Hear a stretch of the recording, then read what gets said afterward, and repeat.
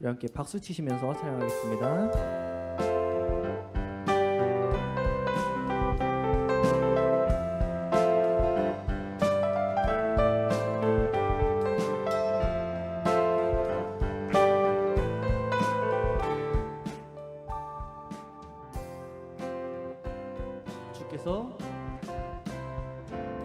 주께서 내 맘에 두신 기쁨은 이 세상 즐거움 비교할 수 없네.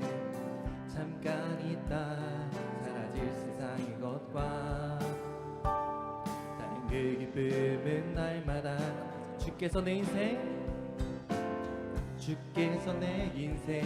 두신 소망은 이 세상 행복과 비교할 수 없네. 잠깐 있다 사라질 세상의 것과 다른 그 소망은 날마다 주가 주신 평안이 내 맘에 있어. 주를 향한 찬양이 넘쳐 흐르네. 나를 안전하게 돌보시는 나의 주 하나님, 주를 찬양. 주께서 내 맘에 두신 기쁨은 이 세상 즐거움 비교할 수 없네. 잠깐 있다 사라질 세상의 것과 다른 그 기쁨은 날마다. 2절 찬양합니다. 주께서 내 인생 두신 소망은 이 세상 행복과 비교할 수 없네. 어둠 속에 사라질 세상의 것과 다른 그 소망은 날마다 커져만 가네.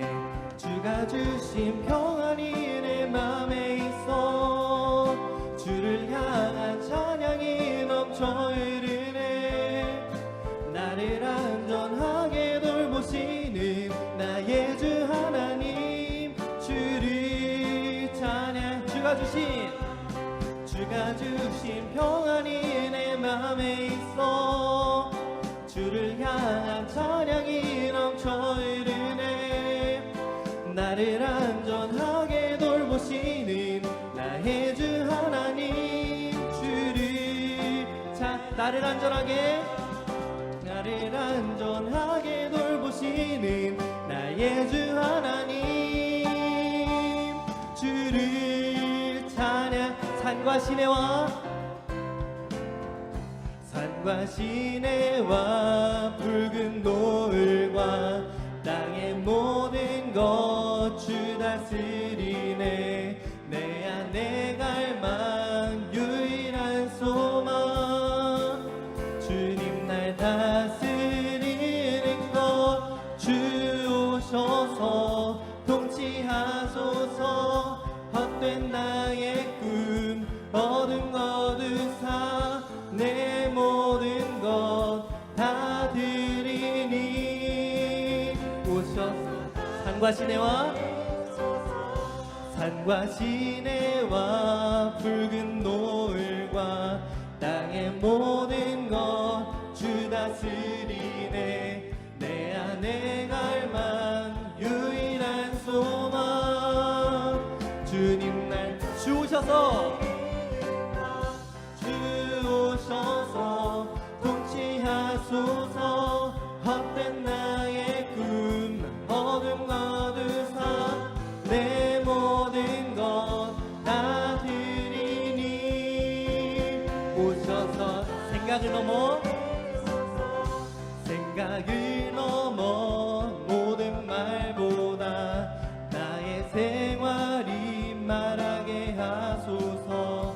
세상 그 어떤 것보다 소중한 내 주님 날 이끄심을 주 오셔서 통치하소서. 헛된 나의 꿈 어둠 거두사 내 모든 것 다 드리니. 오셔서 주 오셔서 통치하소서.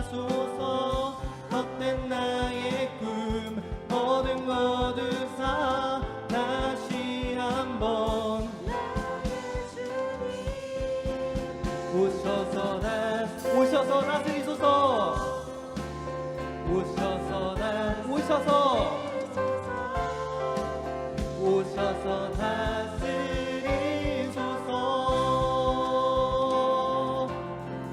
아멘.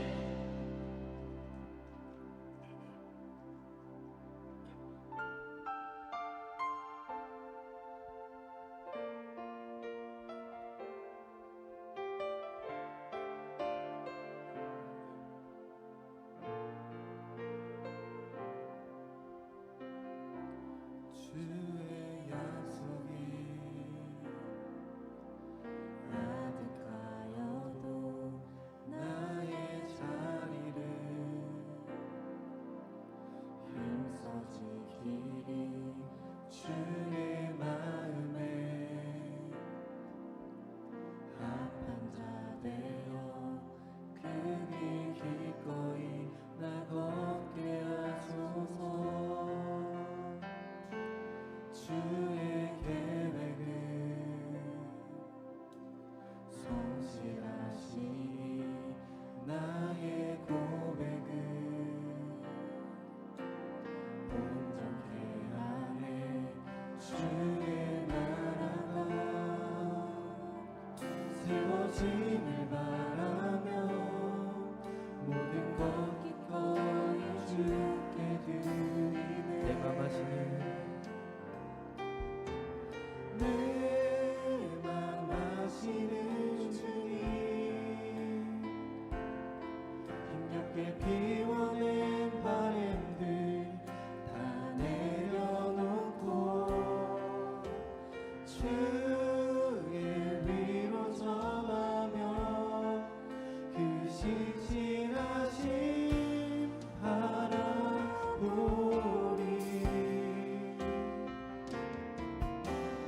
주만 아는 자들이 주님의 일하심 비추는 그 돌로 되어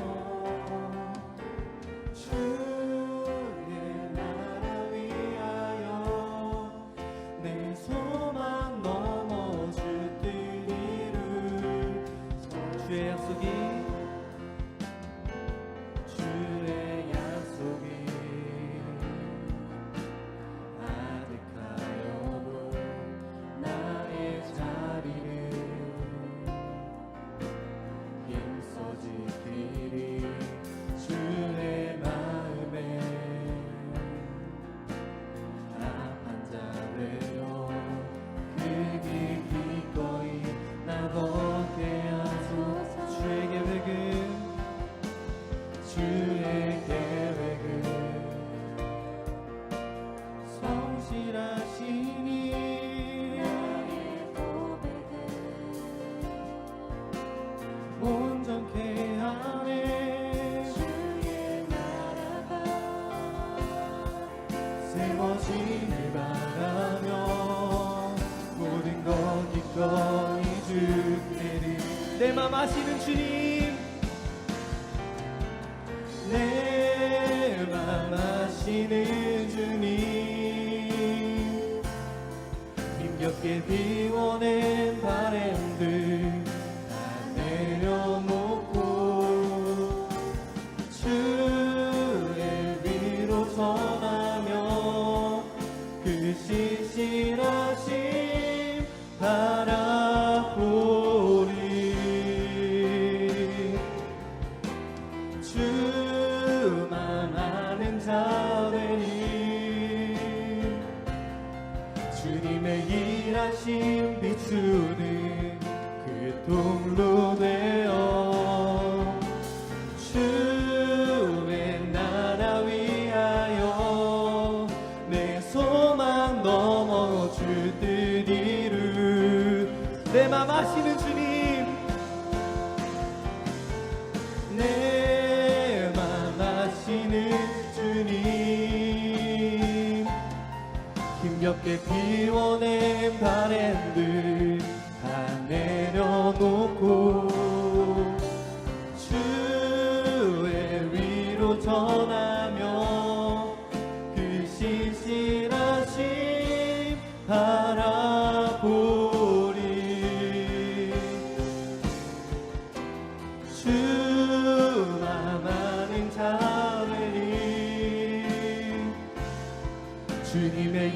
위대하신 비추는 그 통로 되어 주의 나라 위하여 내 소망 넘어 주 뜻 이루소서.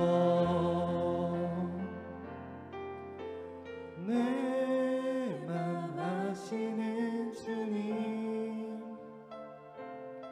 힘겹게 비워낸 바램들 다 내려놓고 주의 위로 전하며 그 신실하심 바라보리.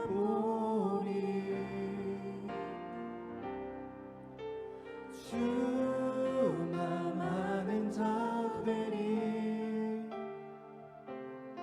주님의 일하신 비추는 그 통로 되어 주의 나라 위하여 내 소망 넘어 주 뜻 이루소서.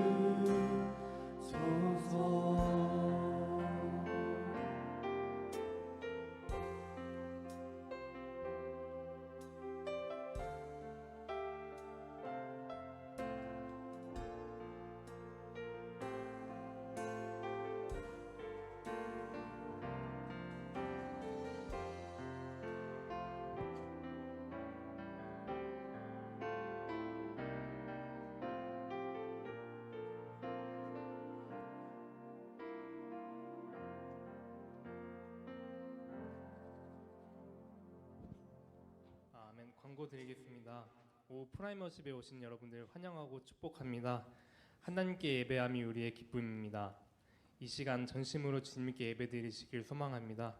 그리고 5월 큐티책 배분하고 있습니다. 오늘 꼭 받아가시고 이번 달 큐티 본문은 열왕기상 12장부터 22장입니다.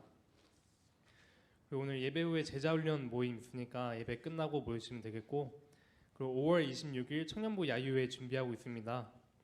야유회 내용은 카톡 공지 확인해 주시고 저희 임원들이 재미있는 프로그램 준비하고 있으니까 꼭 참여해 주시면 되겠습니다. 목사님 나오셔서 말씀 전하실 때 은혜 받는 시간 되시면 바라겠습니다. 우리 함께 보실 하나님의 말씀은 열왕기상 17장 1절에서부터 7절까지 말씀입니다. 열왕기상 17장 1절에서부터 7절까지 말씀입니다. 저와 우리 성도님들 한 절씩 한 절씩 교독하시고 마지막 절은 같이 읽어보도록 하겠습니다. 제가 먼저 1절 읽겠습니다. 길르앗에 우거하는 자 중에 디셉 사람 엘리야가 아합에게 말하되 내가 섬기는 이스라엘의 하나님 여호와께서 살아계심을 두고 맹세하노니 내 말이 없으면 수년 동안 비도 이슬도 있지 아니하리라 하니라. 너는 여기서 떠나 동쪽으로 가서 요단 앞 그릿 시냇가에 숨고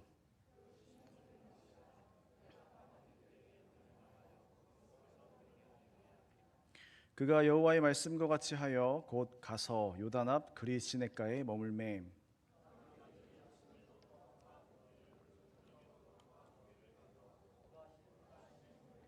함께 읽겠습니다. 땅에 비가 내리지 아니하므로 얼마 후에 그 시내가 마르니라. 아멘. 앞서 우리 청년들이 지난달 4월 달에 큐티했었던 내용이 열왕기상 1장에서부터 11장까지였습니다. 그 안에는 솔로몬의 이야기가 중심이었습니다. 5월 달부터는 이제 열왕기상 12장부터 이제 시작인데, 솔로몬 이후에 나라가 북이스라엘과 남유다로 이제 나누어지게 되었고요. 열왕기상하는 이제 영어로 하면은 킹즈, 북이스라엘의 왕들, 남유다의 왕들, 그 왕들의 이야기가 담겨져 있는 것이 열왕기상하의 내용입니다. 또 재미있는 것은 왕들의 이야기인데, 이 왕들의 이야기 속에 엘리야 선지자 그리고 엘리사 선지자의 이야기가 굉장히 많은 부분을 차지하고 있습니다. 먼저는 엘리야 선지자의 내용들, 그리고 이후에 그 엘리야의 제자로 엘리사 선지자, 이렇게 이어지는 것을 볼 수 있습니다. 보니까 5월뿐만 아니라요. 6월, 7월, 8월까지 쭉 열왕기 상하까지 큐티가 쭉 이어지더라고요. 열왕기 상하 끝까지. 그래서 큐티 본문으로 저는 이제 설교를 계속 준비하려고 하고요. 열왕기 상하에서 또 중요한 인물인 엘리야, 그리고 엘리사, 그다음에 북이스라엘의 왕들, 남유다의 왕들을 6월달, 7월달, 8월달까지 함께 쭉 나누면서 주님의 말씀을 함께 나누고자 합니다. 열왕기 성경을 보면은 중요한 구절이 반복이 되는 것을 볼 수 있어요. 여로보암의 길로 갔다, 또는 아합의 길로 갔다. 여로보암의 길로 갔다, 아합의 길로 갔다, 이런 표현들이 종종 등장을 합니다. 좋은 길은 아니에요. 좋은 길을 갔다라는 표현은 아닙니다. 여로보암과 아합은 누구일까? 우리가 지난달에 집중적으로 본 솔로몬 왕 이후에 이스라엘은 북이스라엘과 남유다로 갈라집니다. 선지자 엘리야와 엘리사는 전부 북이스라엘에서, 거의 북이스라엘의 초창기 때 활동했던 선지자들이 엘리야와 엘리사입니다. 북이스라엘은 총, 예전에도 한번 했었던 것 같은데요, 총 몇 명의 왕이 있었을까요? 이거 맞히시는 분께 기프티콘 하나를 또 한번 오랜만에 드리도록 해보겠습니다. 북이스라엘의 왕들은 총 몇 명이었을까요? 힌트를 드리면 20명이 넘지 않습니다. 그러니까 손 들고 한번 자신 있게 해주시면 제가 기프티콘 한번 보내드리겠습니다. 네. 이렇게 쉽게 맞추시면은 참, 네, 대단하십니다. 19명 정답입니다. 제가 끝나고 기프티콘을 임겸에게 대신 드릴까요? 임겸이가 고개 끄덕끄덕. 네네네. 기프티콘 드리도록 하겠습니다. 북이스라엘은 총 19명의 왕들이 있었어요. 여러분, 그러면 왕조가 있을 거 아닙니까? 왕조. 내가 왕이면 내 아들까지 왕이 되면 기호 왕조. 그러니까 아들까지 이어지면 왕조가 되죠. 북이스라엘에는 총 몇 개의 왕조가 있었을까요? 이것도 기프티콘 하나 드리겠습니다. 19명의 왕들이었는데 왕조는 총 몇 개였을까요? 왕조. 힌트를 드리면 19과 굉장히 비슷한 숫자입니다. 손 들고 한번, 손 들고 해주세요. 손 들고 해주십시오. 네. 여기저기서 막 들리는데 정답 같기도 한데 손을 안 들어가지고. 자, 손 들고 한번 해주세요. 예요 이렇게 하지 말고, 예요가 아니라 네. 손 들고, 하선이 손 들고 한번 맞춰주세요. 9명, 9왕조. 네, 정답입니다. 손을 안 들어가지고 줘야 되나 말아야 되나 고민스럽지만, 네, 그래도 누가 알려줬어요? 솔직합니다. 건우가 옆에서. 네. 9왕조 정답이에요. 19명, 외우기는 쉽죠. 19명의 왕들, 그 다음에 9왕조. 그러면 남유다는 총 몇 명의 왕이 있을까요? 굉장히 쉽습니다. 19에서 플러스 1만 하면 됩니다. 왜냐하면 한 명의 여왕이 있거든요. 남유다는. 그러니까 19명 똑같은데 남유다는 한 명의 여왕이 있어가지고 20명의 왕이 있어요. 밑에 남유다는 그러면 20명의 왕들 중에서 왕조는 몇 왕조일까요? 이거 굉장히 쉽습니다. 네? 왕조는? 네? 뭐라고? 그죠. 손으로 이렇게 살짝. 네, 왕조는 하나 왕조예요. 다윗 왕조가 쭉 이어지기 때문에 남유다는 왕조가 바뀌지 않아요. 어쨌든 오늘 우리가 북이스라엘에 조금 집중을 해볼 거기 때문에 19명의 왕들이 있었고 9왕조로 나눠져 있었다는 것을 우리가 알 수 있습니다. 혹시 PPT가 준비가 됐나요? 여러분 보시기에 왼쪽에서부터 여로보암이라고 써 있죠. 여기서부터 밑으로 쭉 내려오시면서 이제 왕의 순서입니다. 그러니까 여로보암 왕, 그 다음에 나답 왕, 그 다음에 바하사 왕, 엘라 왕, 이렇게 순서대로 쭉쭉쭉쭉 이게 순서이고요. 제가 네모칸으로 묶었어요. 네모칸은 총 9개입니다. 그러면 저 네모칸은 무엇일까요? 그렇죠. 왕조를 말하는 것입니다. 저렇게 19명의 왕들이 있었고 9개의 왕조로 이어집니다. 뭐 저 안에 담겨져 있는 많은 왕들을 우리가 굳이 다 외울 필요는 없겠지만 중요하게 이제 볼 사람 아합이라고 하는 저 빨간 글씨로 표시를 했죠. 오늘 특히 엘리야 선지자를 보려고 하는데요. 아마 청년들은 다음 주 중에 이제 큐티를 하면 엘리야라는 인물을 만나게 될 것입니다. 이 엘리야 선지자는 저 아합 왕 때 활동했던 선지자입니다. 아합은 보시다시피 오므리라고 하는 사람의 아들이에요. 오므리 왕조죠. 가운데 네 번째 왕조 오므리 왕조와 다섯 번째 예후 왕조는 좀 네모칸이 큽니다. 이 이유는 이때 북이스라엘이 가장 번성했고 가장 안정적이었다라는 것을 보여주는 표예요. 이때가 북이스라엘이 역사적으로 가장 크게 발전했던 시기가 저 오므리 왕조 때, 특히 가장 크게 발전했던 시기. 이때에 북이스라엘의 수도를 세우게 됩니다. 여러분이 잘 알고 있는 사마리아라는 도시에 저 오므리 왕조 때에 사마리아를 수도로, 북이스라엘의 수도로 세웁니다. 수도로 사마리아를 세우고 나서 그 주변에 성벽을 쫙 이제 쌓거든요. 그러면 우리가 이렇게 생각해 볼 수 있죠. 이때에 수도를 세우고 성벽까지 쌓을 수 있었던 것은 제일 강했던 오므리 왕조 때이니까 세울 수 있었던 거구나. 저 때에 사마리아가 수도가 됐구나라고 우리가 기억하면 좋을 것 같습니다. 이 시기는 세계사적으로 보면 북이스라엘이 가장 찬란했던 때.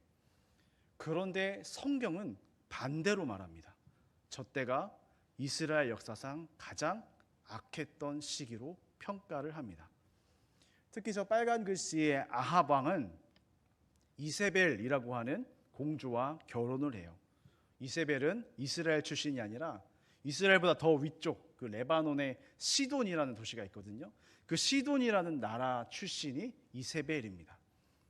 그러니까 아합 왕은 우리 본인의 그 북이스라엘의 세력을 넓히기 위해서 이세벨과 정략 결혼을 한 것이죠. 그런데 이 결혼이 왜 문제가 되냐면 그 시돈에서 이세벨이 섬기던 바알과 아세라 우상들을 결혼을 하고 나서 이제 공식적으로 합법적으로 이스라엘 안으로 끌고 들어오게 되는 시작점이 됩니다. 재미있는 것은 이스라엘 역사상 가장 악했던 왕, 그러니까 바알과 아세라를 합법적으로 섬겼던, 그것을 허락했던 가장 악한 왕, 가장 강대한 나라를 만들었던 이 아합 왕이 통치하던 이때에 재미있는 것은 가장 위대한 선지자 엘리야가 등장한다는 사실입니다. 가장 타락했을 때 하나님의 이끌어 가심이, 하나님의 회복하심이 가장 선명하게 나타났던 그 은혜의 시기였다라는 것을 성경이 우리에게 말해주고 있습니다. 그래서 오늘 우리가 엘리야의 모습을 보면서 엘리야를 이끄셨던 하나님이 오늘 악한 세대를 살아가고 있는 우리는 어떤 삶을 살아야 되는지, 그 하나님이 오늘도 우리의 삶을 동일하게 이끌고 여러분을 부르고 계신 줄을 믿으시기를 소망합니다. 오늘 본문은 열왕기상 17장을 읽었습니다. 엘리야라는 사람이 어떤 사람인지 소개하는 부분이에요. 17장 1절에서 3절까지만 우리 한 번 더 함께 읽어보도록 하겠습니다. 길르앗에 우거하는 자 중에 디셉 사람 엘리야가 아합에게 말하되 내가 섬기는 이스라엘의 하나님 여호와께서 살아계심을 두고 맹세하노니 내 말이 없으면 수년 동안 비도 이슬도 있지 아니하리라 하니라. 잠시만요. 엘리야가 아합 왕에게 가서 말하는 것입니다. 무슨 말을 하냐면 비가 오지 않겠다. 이제 수년 동안 비가 안 내릴 것이다 라고 선포를 하는 거죠. 2절부터 쭉 보면 또 여호와의 말씀이 엘리야에게 임하여 이르시되 너는 여기서 떠나 동쪽으로 가서 요단 앞 그릿 시냇가에 숨고. 일단 오늘 본문에서 엘리야를 소개할 때 사실은 엘리야를 장엄하게 소개하지 않아요. 엄청 간단하게 소개합니다. 1절 다시 한번 보여주시면 길르앗에 우거하는 디셉 사람이라고 합니다. 길르앗은 지도로 보면 혹시 지도가 준비됐을까요? 뒤에 있을 겁니다. 네. 네. 글씨가 잘 안 보이실까 봐 제가 일부러 별표로 표시했습니다. 별표로 표시한 지역만 보시면 좋을 것 같습니다. 그 사실 디셉 사람이라고요. 길르앗 지도로 보면은 가운데 이제 요단강이 흐르고 있어요. 길르앗은 지도로 보면 요단강을 기준으로 오른쪽 가운데 별표 하나 있죠. 저기가 이제 길르앗 지역인데요. 거기 안에 디셉이라는 위치가 있을 것이다라고 사실은 학자들이 추측만 할 뿐입니다.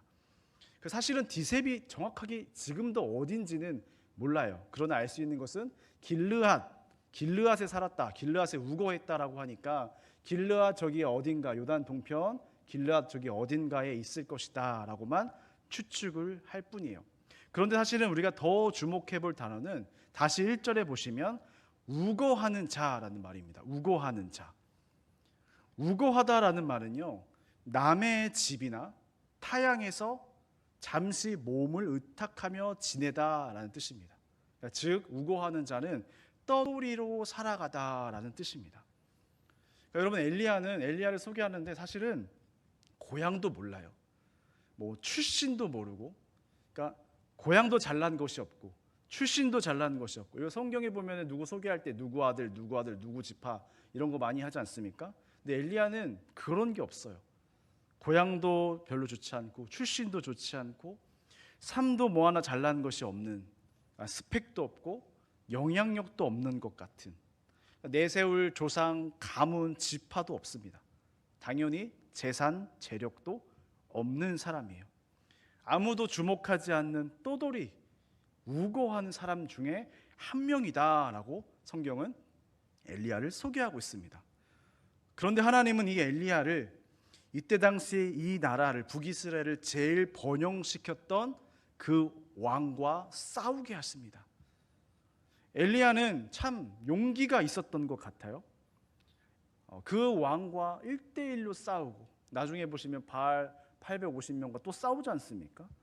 싸움을 하기 위해 태어난 사람처럼 마치 그렇게 용감한 모습들을 많이 보여줍니다. 여러분, 엘리야의 이 용기의 원천은 무엇일까? 엘리야는 다 없어요. 조상도 가문도 재력도 다 없는데 딱 한 가지 가지고 있었던 것이 있었습니다. 그것이 오늘 저 본문 1절에 이렇게 나오고 있어요. 우고하는 자 중에 디셉 사람 엘리야가 아합에게 말하되 내가 섬기는 이스라엘의 하나님 여호와께서 살아계심을 두고 맹세하노니. 다 없는데 엘리야는 단 한 가지 가지고 있었습니다. 내가 섬기는 이스라엘의 하나님 여호와께서 살아계심을 두고 맹세한다. 이게 자신감의 원천이었고 용기의 원천이었습니다. 여러분, 아합 왕의 힘은요, 그가 가지고 있었던 군사력, 경제력, 권력. 그러나 엘리야의 힘은 그가 섬기는 하나님, 진짜 살아계신 하나님이 엘리야의 용기의 원천이었습니다. 그러니까 우리도 도전이 되죠. 우리도 다 하나님을 믿는 사람들이잖아요. 여러분들의 담대함의 근거는 무엇입니까? 여러분들이 삶을 살아갈 때에 살아계신 하나님을 믿는 그 담대함이 여러분 삶 안에 정말로 있습니까?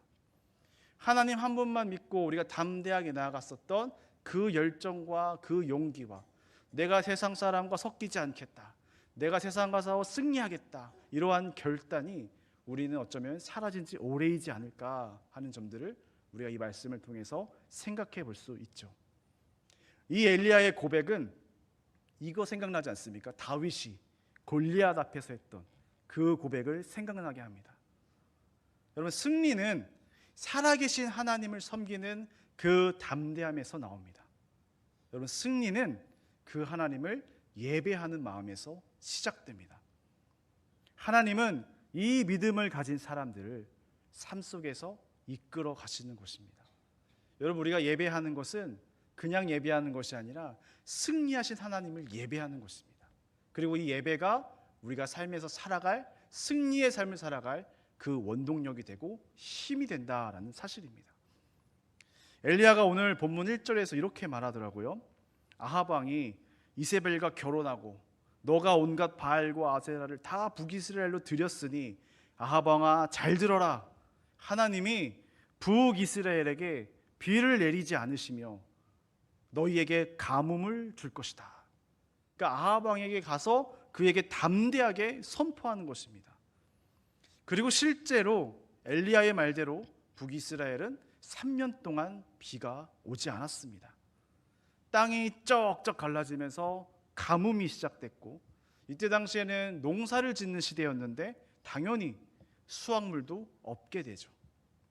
한편으로는 이런 생각을 했어요. 엘리야의 이 말 한마디 때문에 진짜 가뭄이 왔잖아요. 농사를 짓는 이스라엘 사람들은 얼마나 힘들었을까. 왜 이렇게 비가 안 올까? 왜 이렇게 힘들까? 우리의 삶이. 사람들이 좀 예민해졌겠죠. 그래서 화살, 손가락질을 얼마나 엘리야한테 했을까. 아이고, 저 엘리야 선지자 말 한마디 때문에 진짜 비가 안 와서 우리가 다 굶어 죽겠다. 아합의 우상 숭배 때문에, 우리 이스라엘 사람들이 바알 섬긴 죄 때문에 비가 안 오는 거라고 여기지 않고 전부 다 이 가뭄의 원인으로 엘리야를 지목하는 거죠. 책임 전가. 3년 동안이나 엘리야는 손가락질, 비방, 떠돌이, 따돌림. 여러분이 한번 엘리야라고 생각을 해보세요. 얼마나 힘들었을까요? 얼마나 외로웠을까요? 그러나 엘리야는 아까도 말씀드렸다시피 딱 한 가지 때문에 버틸 수 있었을 것 같아요. 하나님이 살아계시다는 그 사실. 하나님이 살아계심이 나의 힘듦을 버틸 수 있는 원동력이 되어야 됩니다. 우리 신앙을 가진 사람들은, 믿음의 사람들은 힘들 때, 어려울 때 하나님이 살아계심이 우리에게 위로가 되어야 됩니다.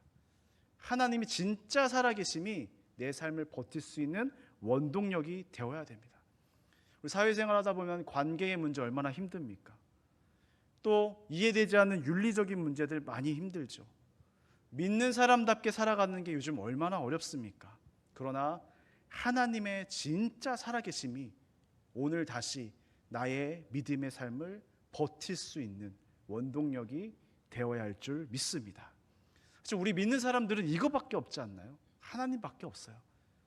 오늘 엘리야를 보면서 우리가 이것들을 다시 한번 발견하셨으면 좋겠습니다.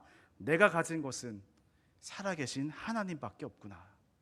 하나님이 살아계시다는 사실이 나에게 이렇게 위로가 되고 소중한 것이구나.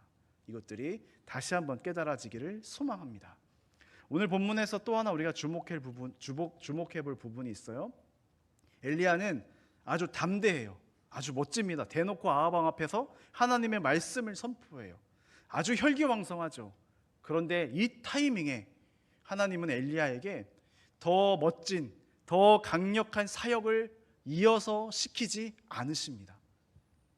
이렇게 아합 왕에게 말하게 하고 나서 하나님은 엘리야에게 이렇게 말씀하세요. 엘리야야, 이제 요단 동편으로 건너가서 그릿 시냇가에 너의 몸을 숨겨라.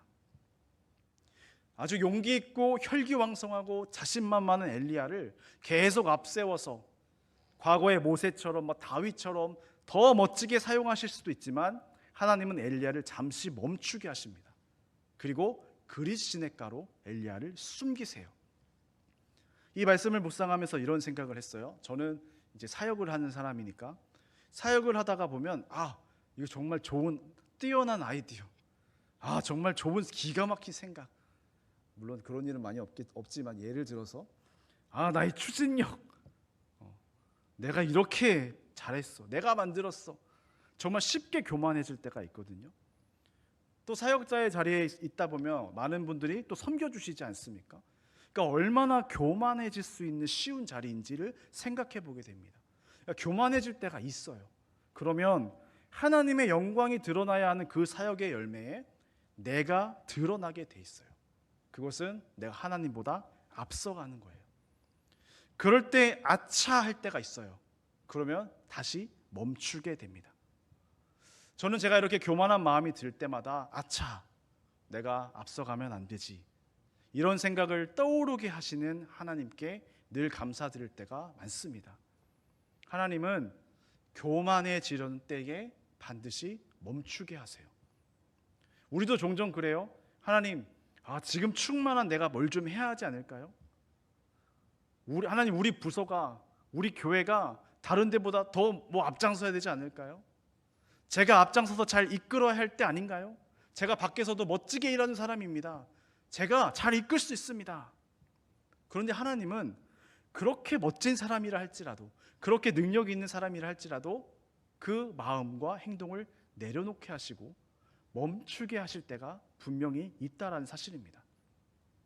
우리는 하나님의 살아계심을 믿고 앞으로 전진해야 할 때도 있지만, 반대로 하나님이 정말 살아계시기 때문에 반드시 멈추어야 할 때도 있습니다.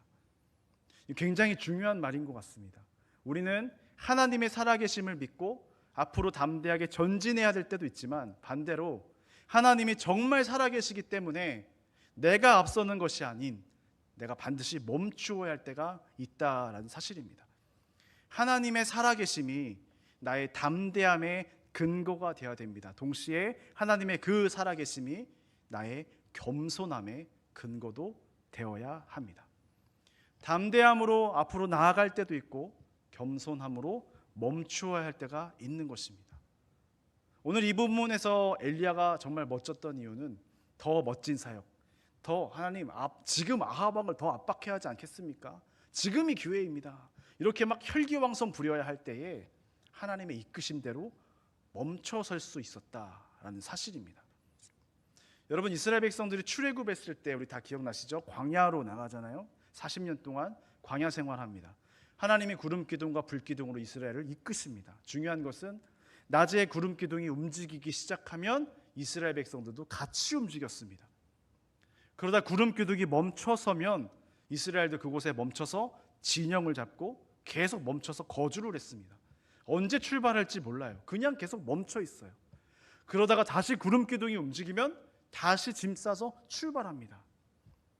오직 하나님만 바라보는 그 광야에서의 삶이었어요. 하나님은 이스라엘이 이 광야에서의 이 삶을 뭐라고 말씀하셨냐면, 그게 너희의 첫사랑이다. 이스라엘아, 오직 말씀만 의지하며 가고 멈추고를 했었던 이스라엘아, 이것이 하나님을 향한 첫사랑이었다. 내가 그 첫사랑을 그리워한다. 특히 예언서 호세아에서 보면 그런 말씀 많이 하시죠. 너희들의 그 첫사랑을 내가 그리워한다. 우리의 가고 멈춰서는 것, 하나님을 바라보면서 가고 멈춰서는 것, 우리가 그 지혜를 구해야 합니다. 오늘 엘리야도 자신의 사역을 잠시 멈추고 그리시네가로 가게 됩니다. 그런데 또 놀라운 것은 이 장소에서도 참 놀라워요. 하나님은 참 신기하게도 이 그리시네가로 엘리야를 이끄셨잖아요. 근데 이 엘리야를 뭐로 먹이셨냐면 까마귀를 통해서 엘리야에게 음식을 공급해 주십니다. 그리시네가에 아무도 없어요. 엘리야 혼자 있습니다. 그리고 까마귀가 있어요. 그 그리시네가에서 외롭게 까마귀와 함께 있는 엘리야의 모습은 어떤 모습일까? 여러분 한번 상상해 보세요. 엘리야가 까마귀와 놀고 있어요.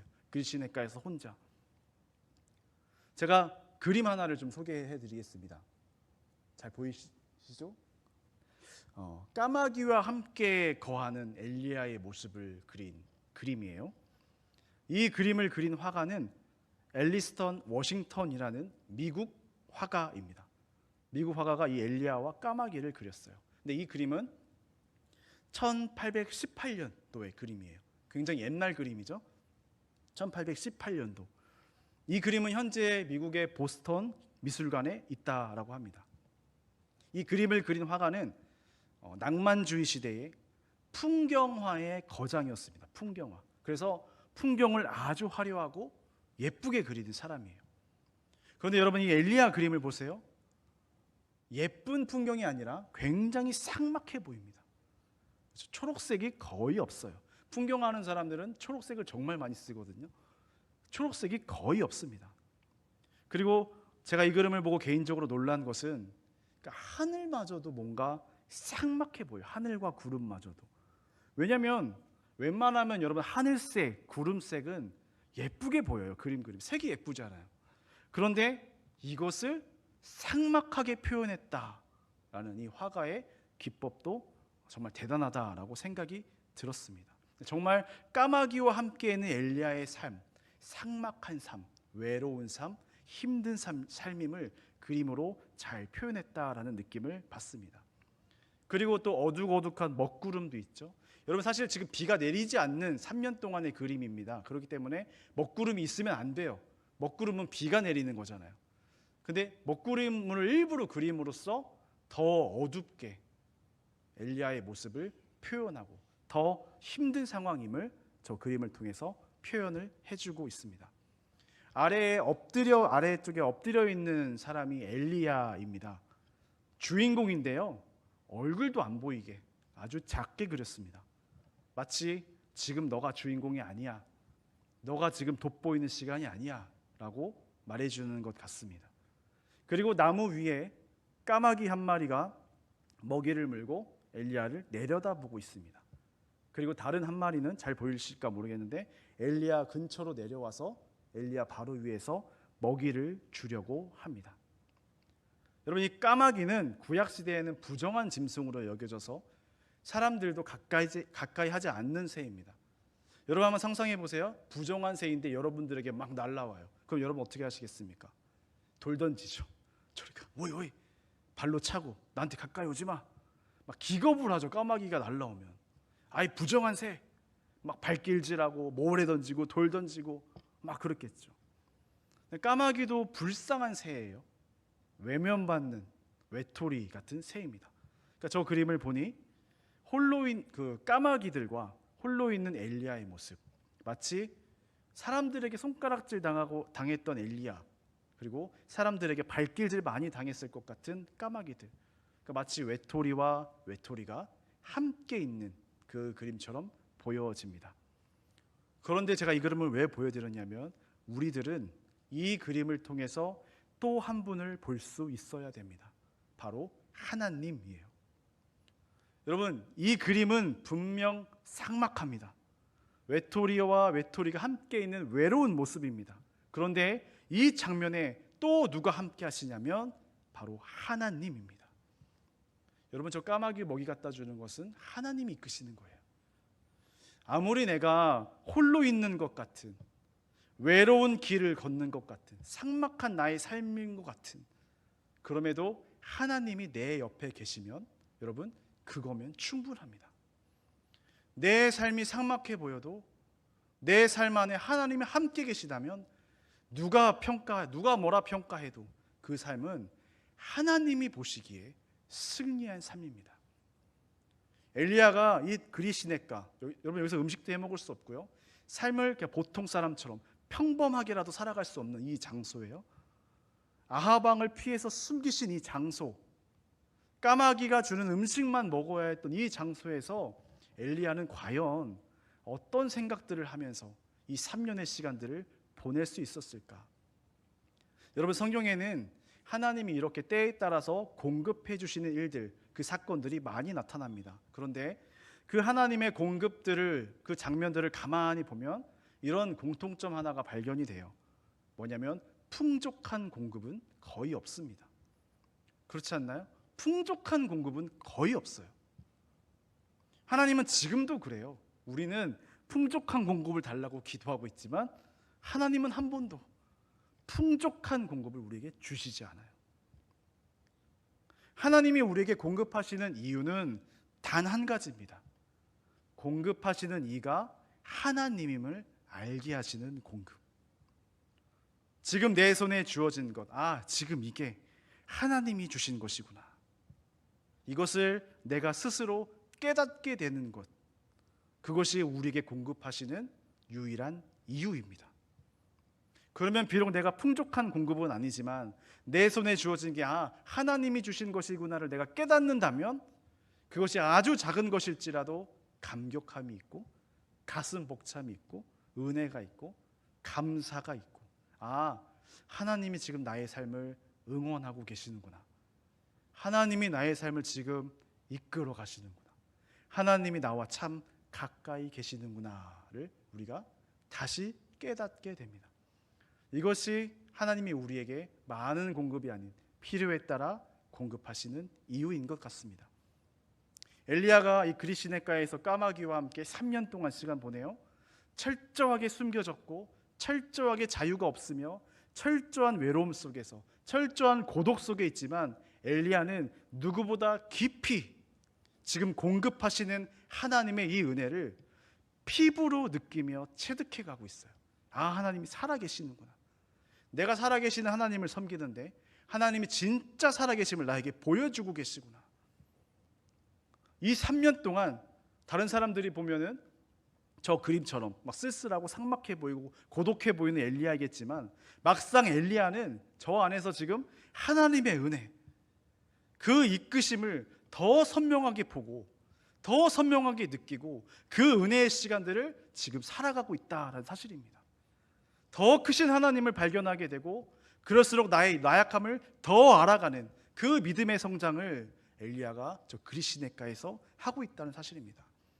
아, 하나님의 공급이 아니면 나는 아무것도 할 수 없구나를 저 그리시네가에서 깨달아가는 것입니다.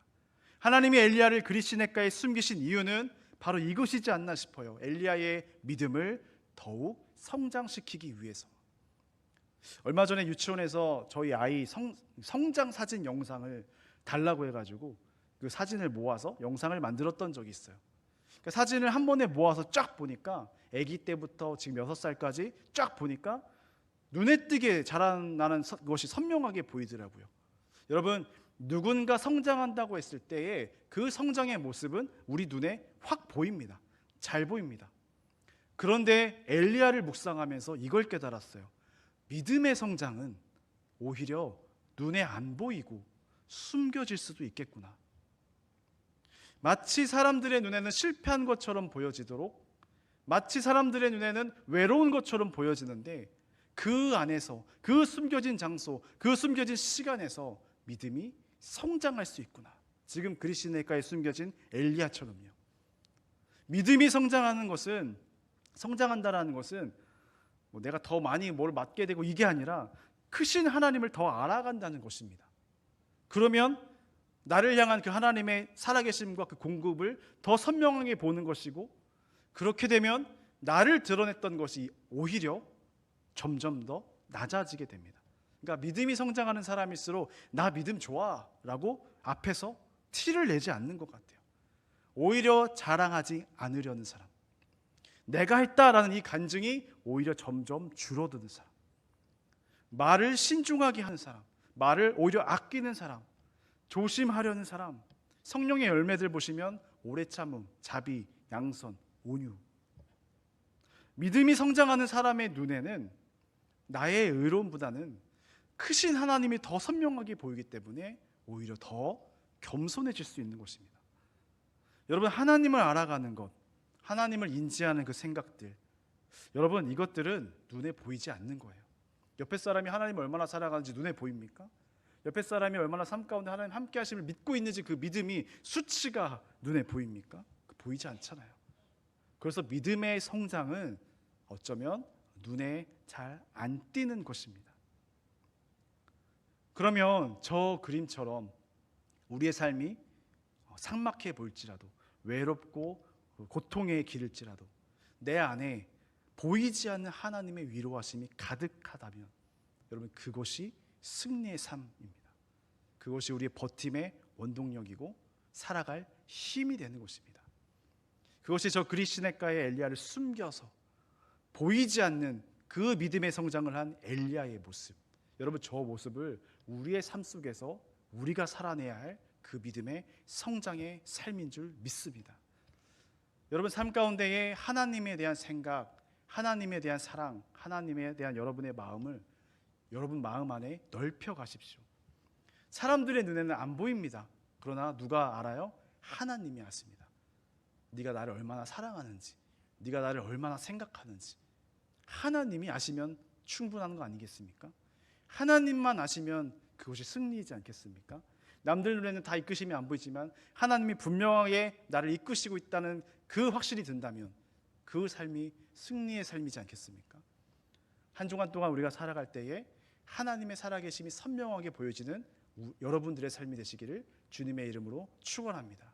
우리의 삶 가운데에 그 하나님의 이끄심이 더 분명하게 보여지고 남들이 뭐라 평가해도 나는 하나님을 섬기겠습니다. 진짜 살아계신 하나님을 저는 느낍니다. 저는 경험합니다. 우리 삶 가운데에 여러분의 삶 가운데에 그러한 경험들이 더더욱 많아지기를 주님의 이름으로 축원합니다.